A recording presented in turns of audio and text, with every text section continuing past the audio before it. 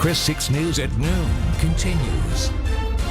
Welcome back, everyone. I'm joined by Mark Hanna from the Insurance Council of Texas and Mr. John Metz from the National Weather Service. And we've been talking about Hurricane Dorian for today. And Mike mentioned earlier, it was a great way to tease this in as we talk about the tropical season, insurance and hurricanes. Both of those things pretty much go together. And you were saying this is your hurricane tour as far as insurance is concerned. This is my 14th hurricane tour. What we do, we go down the entire Texas coast. We start in one end in Beaumont. We work our way down to Brownsville. We do it in 5 days, 1,000 miles, about 36 media stops of newspaper, radio, and TV.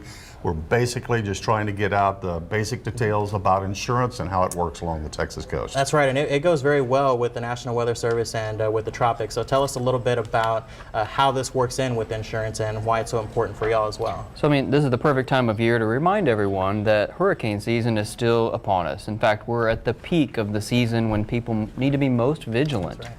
It's important to have a plan. We're out here just reminding people to have a plan. If you don't have one, it's not too late to get one. Right, and we talk about this even before the hurricane season actually starts, the importance of preparedness and mitigation and that sort of thing. So now we're getting into the peak of hurricane season. Is it too late for insurance, or is it not? Or give us a little bit of insight on that.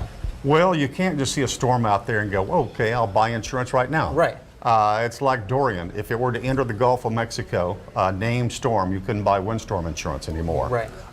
If you want to buy flood insurance, look at Harvey 2 years ago, 60 inches of rainfall. That's right. Well, it takes 30 days for a flood insurance policy to take effect. So really wouldn't work out for that either. So do you think that just because or not just because, but because we had Harvey here, has there been an increase in insurance, folks buying it, going into it, and taking that preparation? There was, right after Harvey, we saw a big increase because there were so many people uninsured from Hurricane Harvey. But unfortunately, in the past few months, we've seen it start going down. Going down just a little bit. Yeah. And what about you, John? Have you seen the folks, maybe particularly here in the coastal bend, have you seen the preparedness value go up just a little bit with area residents? So the year after Harvey, right after Harvey, our outreach tour across the region, it was packed houses everywhere we went. People interested in how to get prepared, and this season, a pretty significant drop-off. So I'm afraid complacency is setting in very quickly, even just 2 years after Harvey. Doesn't seem like it takes long. Yeah, it doesn't really take long at all. And folks, you can't let that complacency catch you off guard. And you can find more information